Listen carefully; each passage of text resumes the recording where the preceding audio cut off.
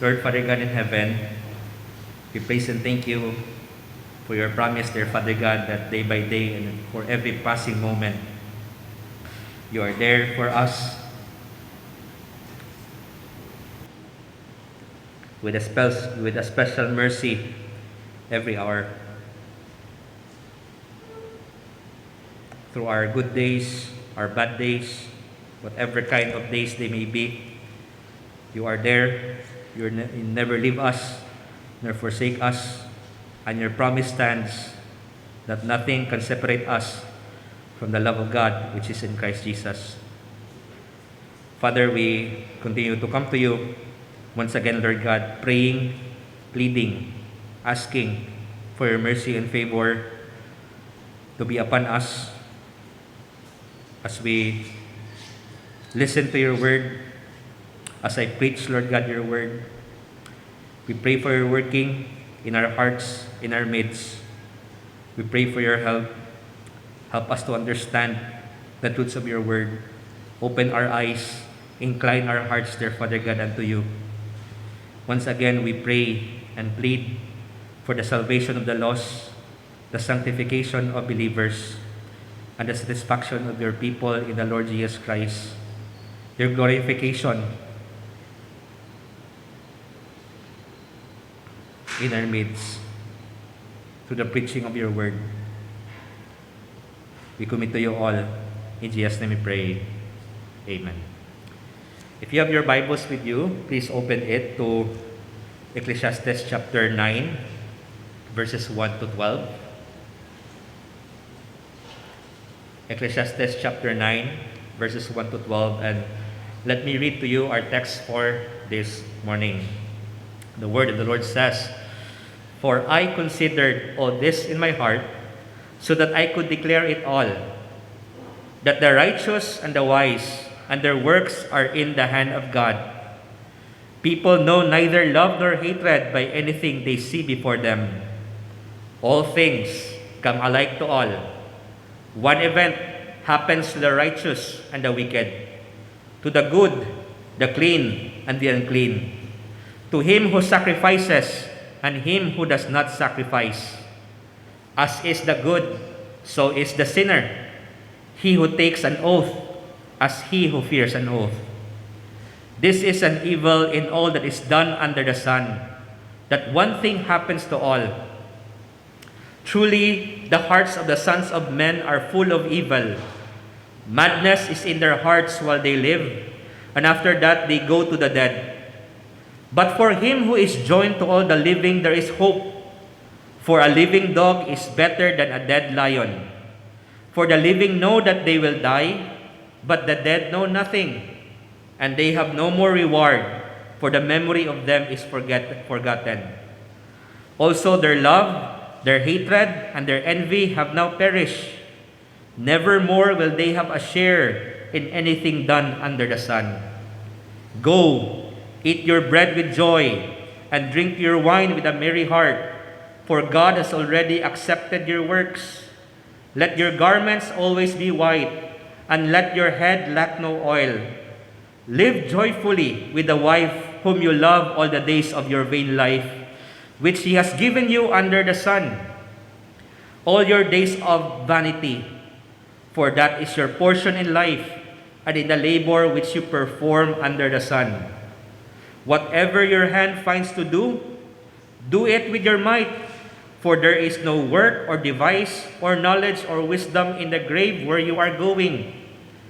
I returned and saw under the sun that the race is not to the swift, nor the battle to the strong, nor bread to the wise, nor riches to men of understanding, nor favor to men of skill, but time and chance happen to them all. For man also does not know his time, like fish taken in a cruel net, like birds caught in a snare. So the sons of men are snared in an evil time, when it falls suddenly upon them. The Lord add a blessing to the reading of His Word. And as we reflect and study this passage, we will learn that life is better in this bitter world as we have a better grasp of the reality of life and death. Life is better in this bitter world as we have a better grasp of the reality of life and death. Now, how should we deal with the realities of life and death wisely in our lives? Our passage teaches us three wise principles in dealing with the reality of life and death in this bitter world. Let me give to you these principles ahead, and we will study them in detail afterwards. What are those three wise principles in dealing with the reality of life and death? Number one, remember you will die. Remember you will die. And we will see that in verses 1 to 6. Remember you will die. And number 2, resolve to live life to the full.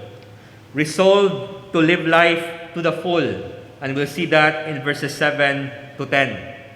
And lastly, recognize that life is filled with uncertainties. Recognize that life is filled with uncertainties.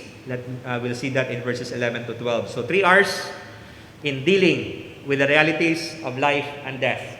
Remember that you will die. Resolve to live life to the full. And recognize that life is filled with uncertainties. Let's go to this first principle of dealing with the reality of life and death, and that is, remember you will die. Verses 1 to 6. We'll see that in verses 1 to 6. Now, in our previous study, we learned that it will be well. If you remember that sermon if you remember my sermon last time on the book of Ecclesiastes, which is entitled, It is Well with My Soul. We learned there that it will be well for those who fear the Lord. It will be always well for those who fear the Lord. And therefore, we should endure the evils of this world, and we should enjoy the good God gives in this world. Now, Solomon continued to speak of the welfare of the wise and the righteous and those who fear the Lord. Look at verse 1. He said, "For I considered all this in my heart, so that I could declare it all, that the righteous and the wise and their works are in the hand of God." The righteous and their works are in the hand of God. Naata sa kamot sa Ginoo. People know neither love nor hatred by anything they see before them. And again to that may I add that it will be well for the wise, the righteous, and those who fear the Lord, for their lives and their works are in the hand of God. Now, as we move along in this chapter, we are reminded again of the reality of death by Solomon. Look at verse 2. All things come alike to all. One event happens to the righteous and the wicked, to the good, the clean, and the unclean, to him who sacrifices and to him who does not sacrifice. As is the good, so is the sinner. He who takes an oath, as he who fears an oath. One event happens to them all. What is that event? Death. Ang matarong o ang dautan, both of them will die.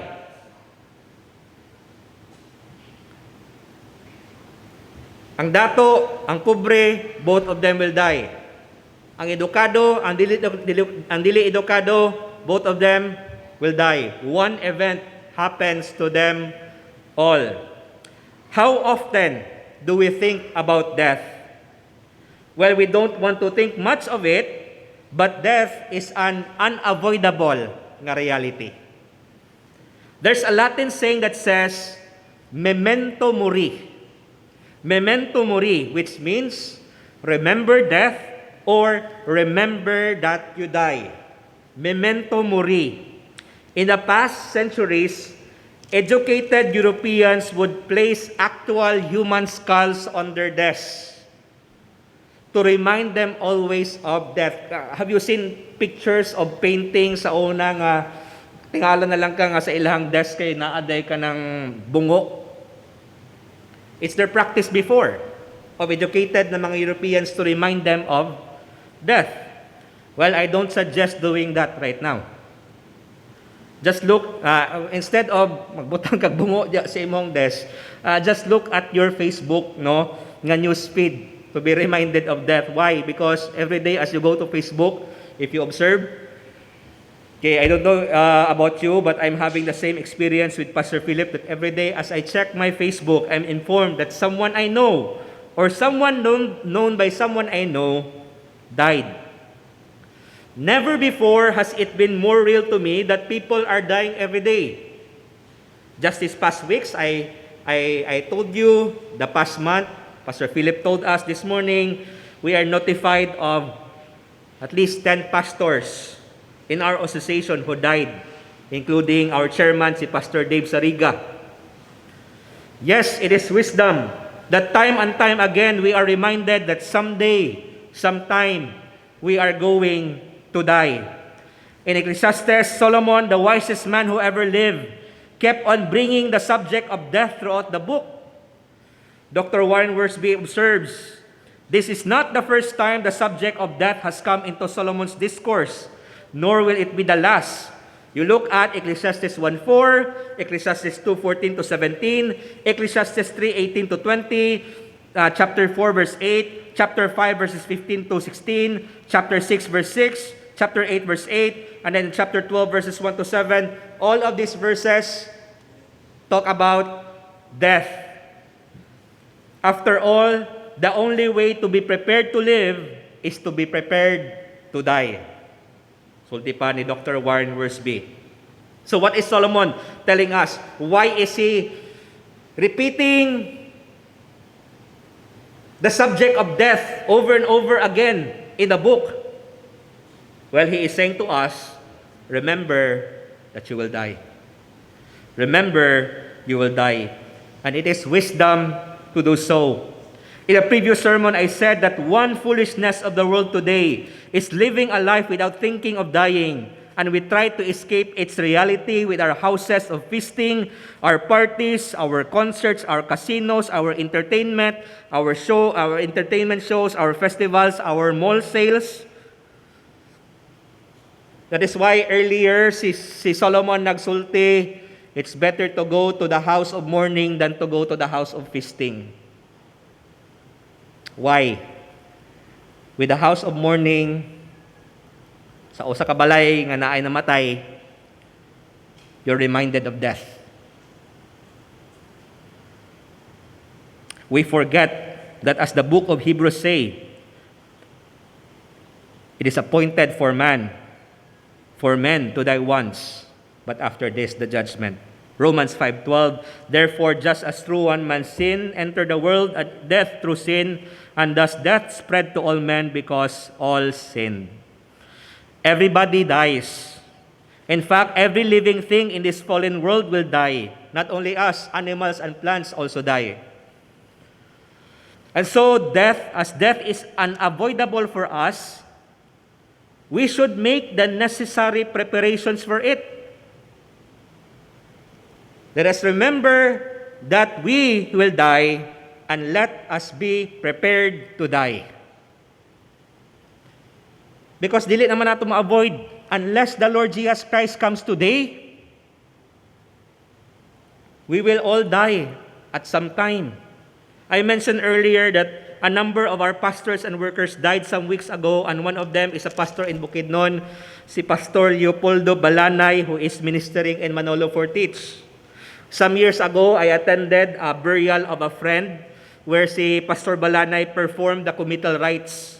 And that's the only time I heard si Pastor preach.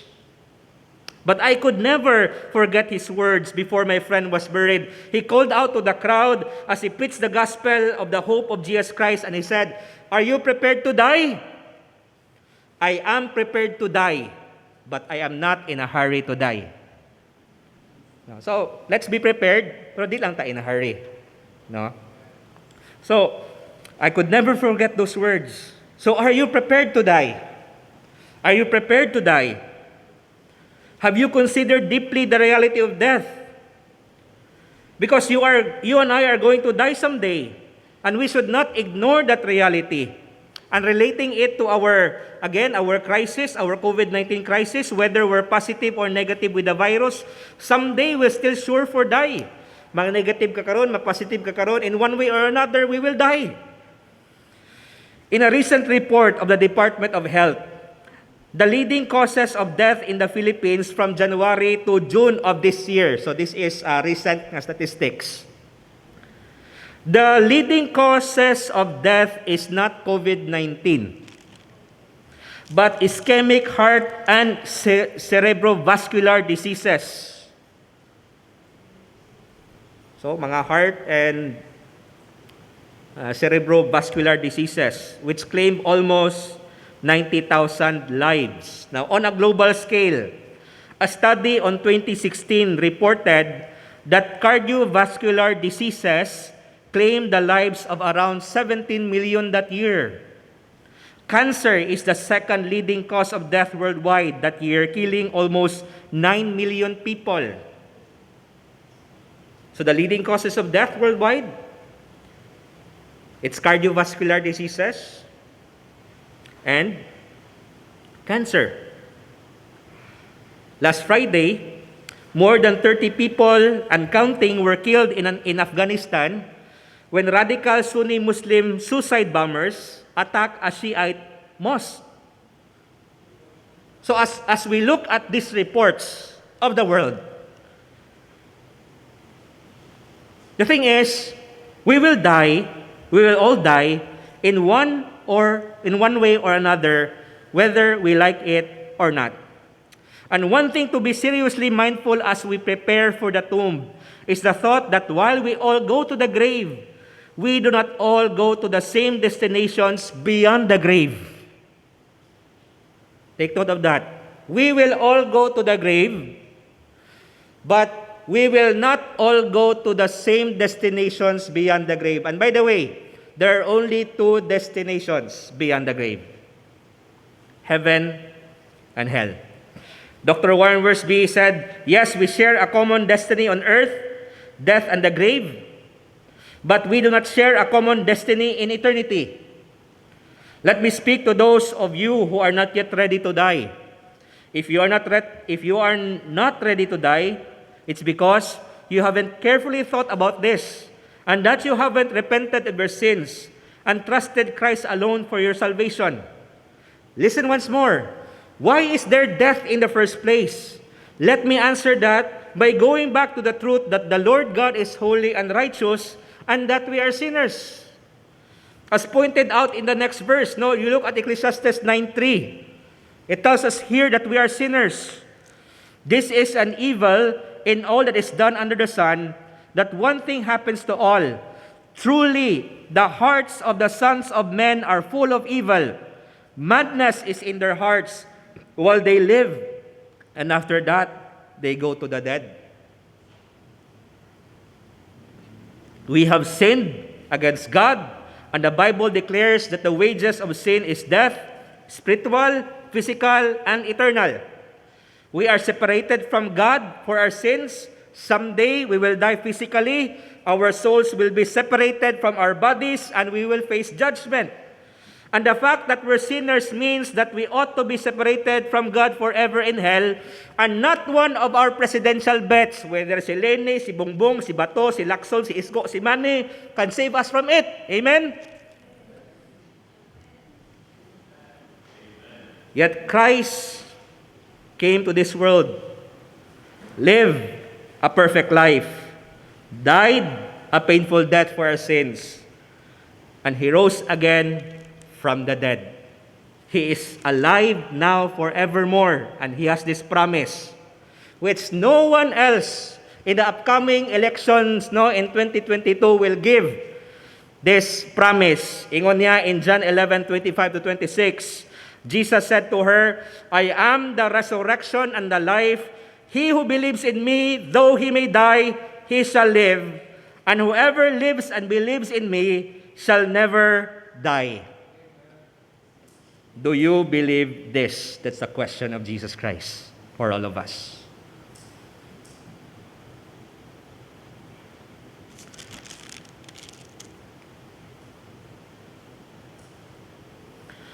Now we who are alive have this opportunity to repent and trust Christ for salvation.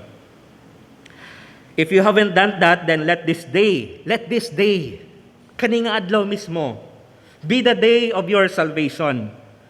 You might say that you're a hopeless sinner. Well, as long as you are alive, you are not hopeless concerning salvation. Look at verse 4. Verses 4 to 6. Ingon dia, but for him who is joined to all the living, there is hope. For a living dog is better than a dead lion. For the living know that they will die, but the dead know nothing. And they have no more reward, for the memory of them is forgotten. Also their love, their hatred, and their envy have now perished. Never more will they have a share in anything under the sun. Let me repeat what I said and what is being said here in Ecclesiastes. As long as you're alive right now, you have hope for salvation. Don't say that you are a sinner that is hopeless, because there is hope that you can have through Jesus Christ. In the book of Colossians, Paul said there concerning Christ in you, the hope of glory. You don't need to be forever nga hopeless. Christ is being offered to you sa imo. Christ is being offered to you right now. So repent of your sins and put your trust in Jesus Christ and have this hope. While you are alive today, don't wait for the day that you will die. For during that day, you will have no more opportunity to have this hope. Right now, while you are alive, and right now, because we do not know what will happen to us afterwards. While you have this chance, while as you are listening to the Word of God right now, if you are not yet saved, believe on the Lord Jesus Christ and be saved. 2 Corinthians 6:2, behold, now is the accepted time. Behold, now, not tomorrow, not next week, not next month, but now is the day of salvation. I don't know what you're going through right now, but if you're still breathing, then there is hope. The thief on the cross was having his last breaths when he encountered Christ in his life. He was a great sinner. He was a thief. He was a robber. Yet in his dying moments, he cried, Lord, remember me when you come into your kingdom. And that might be the prayer that you need to pray before the Lord right now in all repentance and faith. And when that thief did, Christ said to him, assuredly, I say to you, today you'll be with me in paradise. Remember, you and I are going to die. Prepare for it. And there is no better preparation for death than having the hope of eternal life found through faith in Jesus Christ alone. Tell that to yourself and tell that to others. Remember, you will die. Prepare for it. Let us now go to another wise approach to the reality of life and death, and that is found in verses 7 to 10. Resolve to live life to the full. Resolve to live life to the full. And our text tells us, in verses 7 to 10, go, eat your bread with joy, and drink your wine with a merry heart, for God has already accepted your works. Let your garments always be white, and let your head lack no oil. Live joyfully with a wife whom you love all the days of your vain life, which He has given you under the sun. All your days of vanity, for that is your portion in life, and in the labor which you perform under the sun. Whatever your hand finds to do, do it with your might, for there is no work or device or knowledge or wisdom in the grave where you are going. If there's a saying, memento mori, and again, what does memento mori mean? Memento mori, unsa na ito, meaning niya? Remember that you die. If there's a saying like that, memento mori, there's also a saying, memento vivir, which means remember to live.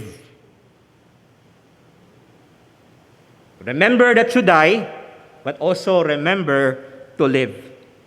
Well, there is danger in not remembering that death may come to us anytime, there is also a danger that for thinking so much about death and all the hardships, the harshness of life, that we no longer enjoy life and live it as God intends it to do, for us to do.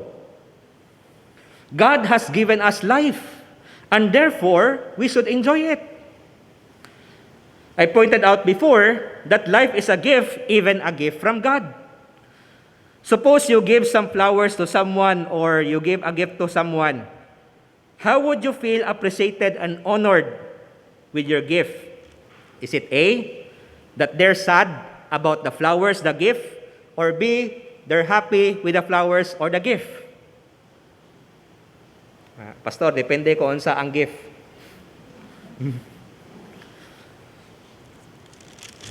But if we give a gift to someone, we feel honored as they are happy with it. We feel honored as they enjoy the gift. And in the same way, God is honored as we enjoy His gifts. And as He has given us life, we should enjoy life. Life is God's gift. What God has given us should be enjoyed. Now, there are proper ways and improper ways to enjoy life.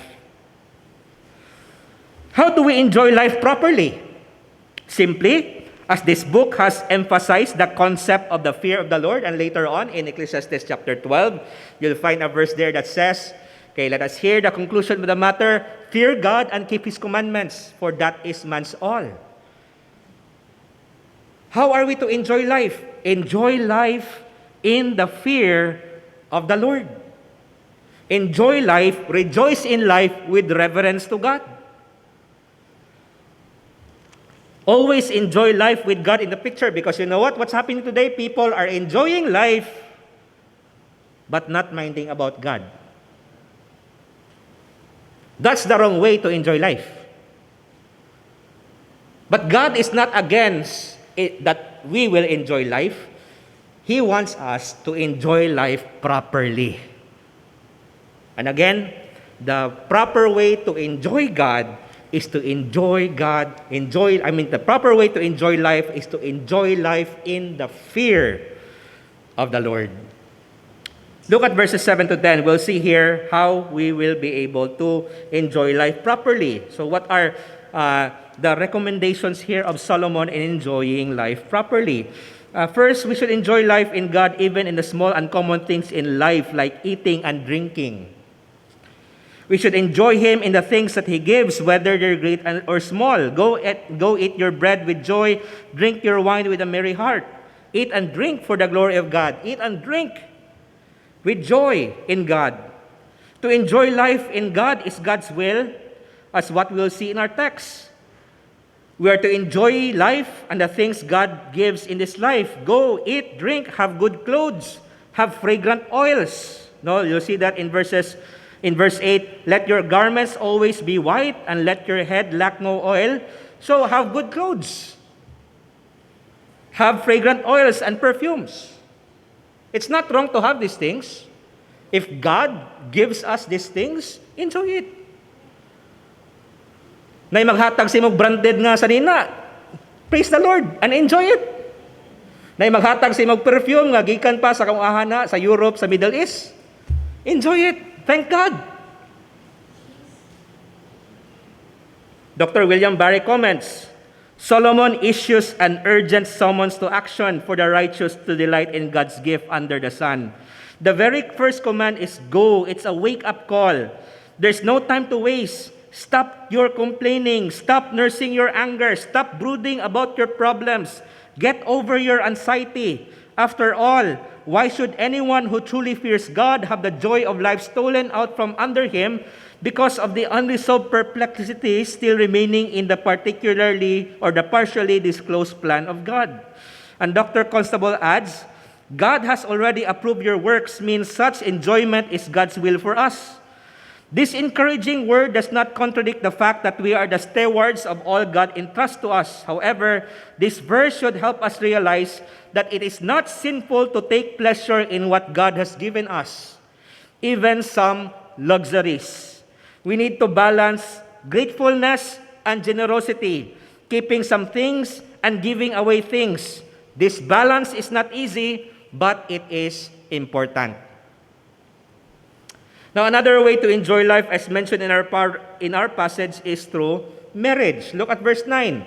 Live joyfully with the wife whom you love all the days of your vain life, which He, God, has given you under the sun, all your days of vanity, for that is your portion in life and in the labor which you perform under the sun. Live joyfully with a wife or with your spouse. If we don't want to waste our lives and enjoy life the way God has intended it to be, then we should get married. Yes, there is such a thing as blessed singleness, but it's not for everybody.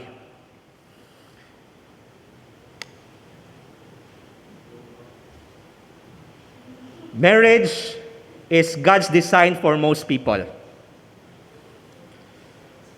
Blessed singleness may be only for a few. Therefore, marriage is a gift which most of us should seek from the Lord. I encourage the single young professionals here to join the zealous of our marriage meetings every Tuesday night at 8 to 9 p.m. It is a great avenue for us to be prepared for our married life. And during our HBC Single Men and Friends the session, we are studying this book entitled Not Yet Married. And one of the things that we learned last Friday in our study of the book is hang out with married people and learn from their successes and failures.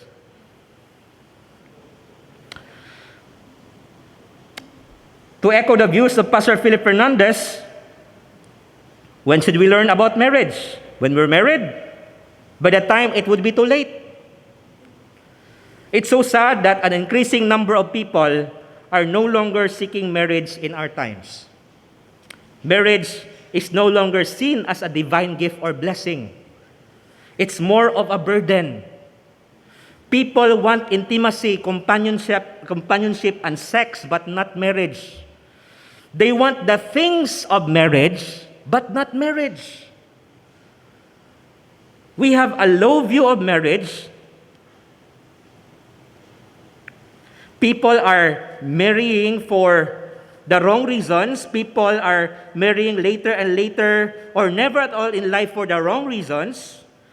If we look at marriage at a biblical perspective, marriage is a gift from God. Marriage is a means of sanctification and satisfaction in Christ. And without getting married, we will never reach a certain level of spiritual growth and a certain degree of joy in the Christian life. Now, the Bible has a lot to say concerning the joy of marriage. Proverbs 5:18. Let your fountain be blessed and rejoice with the wife of your youth. Proverbs 18:22. He who finds a wife finds a good thing and obtains favor from the Lord. For those of us who have experienced heartbreaks in relationships, I would like to say that you can't grieve forever for the hurts you've felt. You can't let your heartbreaks hinder you from experiencing the joy of the Lord in marriage. Cry for a moment, but you can't grieve too long. Life is too short for you to grieve forever with the heartbreak that you have. For those who have experienced a heartbreak in a relationship with a Christian, don't be discouraged. Don't give up hope on marrying a believer. Because things will not get better if you would be in a relationship with a non-believer and marrying one. Seek the joy of the Lord in marriage. Keep on asking the Lord for a lifetime partner. Prepare for marriage. Knock at the door of someone's heart. Make effort to establish a relationship. For the greater glory of God, our greater joy in Christ, and our greater progress in our Christian life, get married. The life has given us is lived best for many of us with someone else. Dr. Warren Wiersbe comments, Solomon knew nothing about live-in couples or trial marriages. He saw a wife as a gift from God and marriage as a loving commitment that lasts a lifetime. No matter how difficult life may be, there is great joy in the home of a man and woman who love each other and are faithful to their marriage vows. Another way to enjoy life in God is through work and the rewards of our labor. Look at verse 10. Whatever your hand finds to do, do it with your might, for there is no work or device or knowledge or wisdom in the grave where you are going. And this calls for those who want to enjoy life the way that God intends it to be not lazy. We should work and excel in our work. We should be fruitful and abound in it. If we want to enjoy life, then we should work at our best. We should take opportunities and make the most of those opportunities. Work hard, get projects done, be promoted, have a pay raise, make wise investments, receive rewards, progress in your career. If God has impressed to us certain dreams, goals, and ambitions, then we should strive to achieve them. As William Carey said, that great missionary to India, he said, attempt great things for God, expect great things from God. And Colossians 3:23, the Apostle Paul said, and whatever you do, do it heartily as to the Lord and not to men, knowing that from the Lord you will receive the reward of the inheritance, for you serve the Lord Christ. Whatever your hand finds to do, do it with your might. What has God given to you right now? Your studies maybe? Do it with your might. Don't be half-hearted sa inyong studies. Hey, young people, hey, children, ayaw ang inyong mga ginikanan na ipa-answer sa inyong module. Work hard, study hard.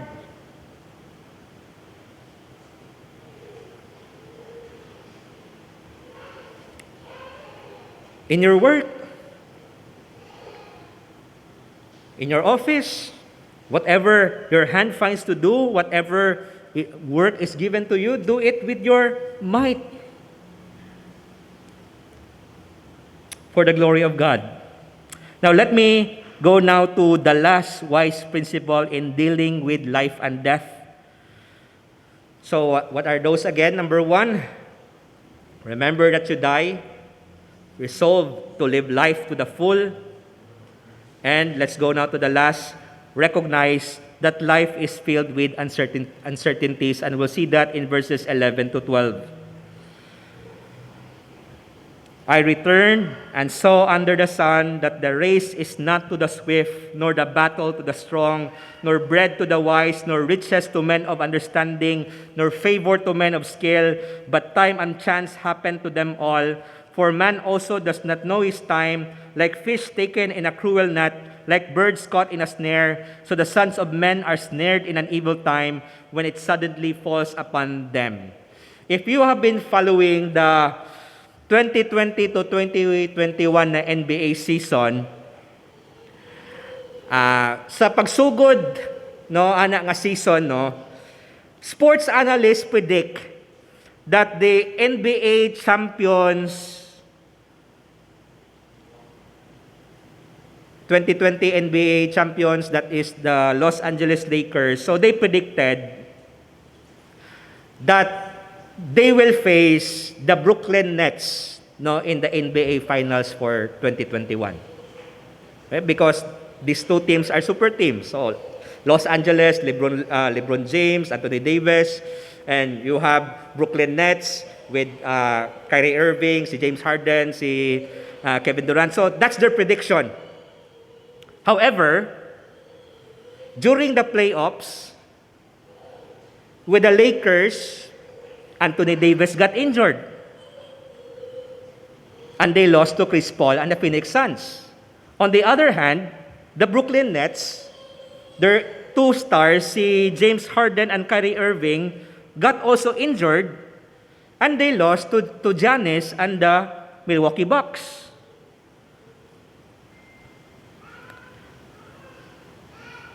And what happened in the finals? It's the Bucks versus the Suns. It's not the Lakers versus the Nets. Some sports analysts say that season has been one of the most unpredictable NBA playoffs and NBA finals due to the many injuries with star and key players. One commentator said that it's no longer the strongest team that will become the NBA champion for this year, but rather the healthiest team. Who would have thought again that the Suns and the Bucks will be in the NBA finals? These two teams have not been in the finals for many years. And of course, the Bucks eventually won. And just like this year's road to the NBA finals, life is that unpredictable. It's unpredictable. It doesn't always favor the strong, the wise, and the skillful, as what Solomon said here. That the race is not to the swift, ang lumba, dili permente ang katong mga paspas mudagan ang makadaog. The battle, nor the battle to the strong. It's not always that wars are won sa pinaka-strongest ng armies. Nor bread to the wise, nor riches to men of understanding, nor favor to men of skill, but time and chance happen to them all. Dr. Warren Wiersbe comments on this.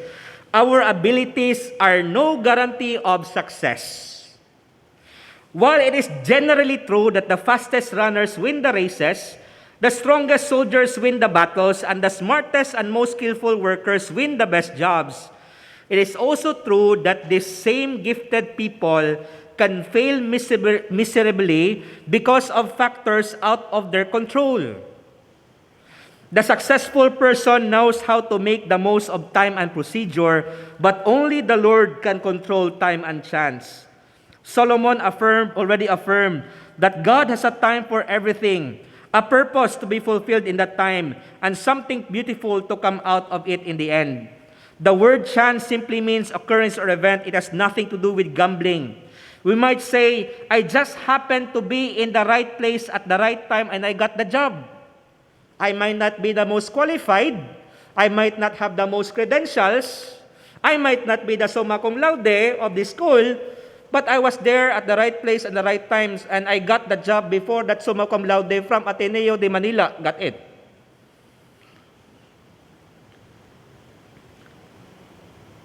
Ability has very little to do with it. Of course, Christians don't depend on such things as luck or chance because their confidence is in the loving providence of God. Christians trust God to guide them and help them in making decisions, and they believe that His will is best. They leave time and chance in His capable hands. Who knows when trouble will arrive on the scene and wreck all our great plans? When they least expect it, fish are caught in the net and birds are caught in the trap. So men are snared in evil times, sudden events that are beyond their control. That's why we should take to heart the admonition against boasting. And how do we respond to the uncertainties of life? Let me take you back to Ecclesiastes 7:14. Ecclesiastes 7:14, how to deal, knowing that life is uncertain, that life does not always favor the strong. Life does not always favor the wise. Life does not favor always the rich. Life does not always favor me with this ability or with this possession. So how do I respond to that? Ecclesiastes 7:14, what did Solomon say here? He said, in the day of prosperity, be joyful. In good days, rejoice. But in the day of adversity, consider, surely has God appointed the one as well as the other. Rejoice in the good days. Remember God in the bad days. Next line there, so that man can find out nothing that will come after him. Rely on God in both the good and the bad days. Rely on God whatever that day will come to you. Rejoice in the good days. Remember God in the bad days. And rely on God whatever day will come to you. Solomon also said in the Proverbs, trust in the Lord with all your heart and lean not on your own understanding. In all your ways acknowledge Him, and He shall direct your paths. How should we handle wisely the realities of life and death? Remember, you will die. Resolve to live life to the full and recognize that life is filled with uncertainties. The Lord add a blessing to the preaching of His word. Let us pray. Father God in heaven, we praise and thank you for the wisdom of Solomon which he has shared to us this morning. Wisdom which he gained through his experience, his bad experiences, dear Father God, in his relationship with you, and now which he has imparted to us on how we should deal with the realities of life and death, with all its uncertainties, dear Father God. Thank you, Lord God, for your word. And let me extend this prayer once again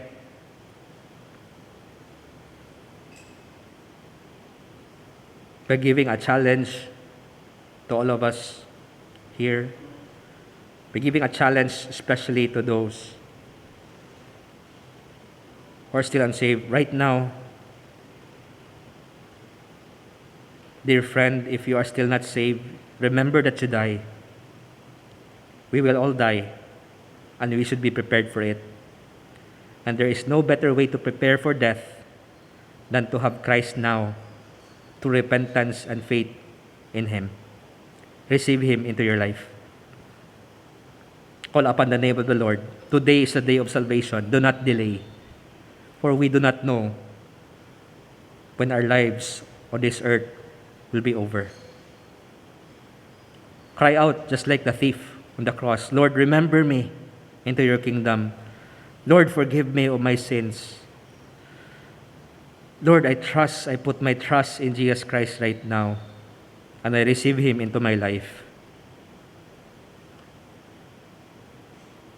Dear friend, call right now upon the name of the Lord. This matter is not between you and other people, nor between you and me. It is between you and the Lord. And settle it quickly, before judgment will come. And for the rest of us, yes, let us remember that we die, and let us remind others that they will die and be prepared for it. Let us rejoice in life. Let us live life to the full in the fear of the Lord. Let us recognize that life is filled with uncertainties, and we need to depend on God every day of our life. Oh Father, let your grace be upon us all. Let these things, Lord God, be applied in our lives. We need your help, for apart from you, we cannot do anything.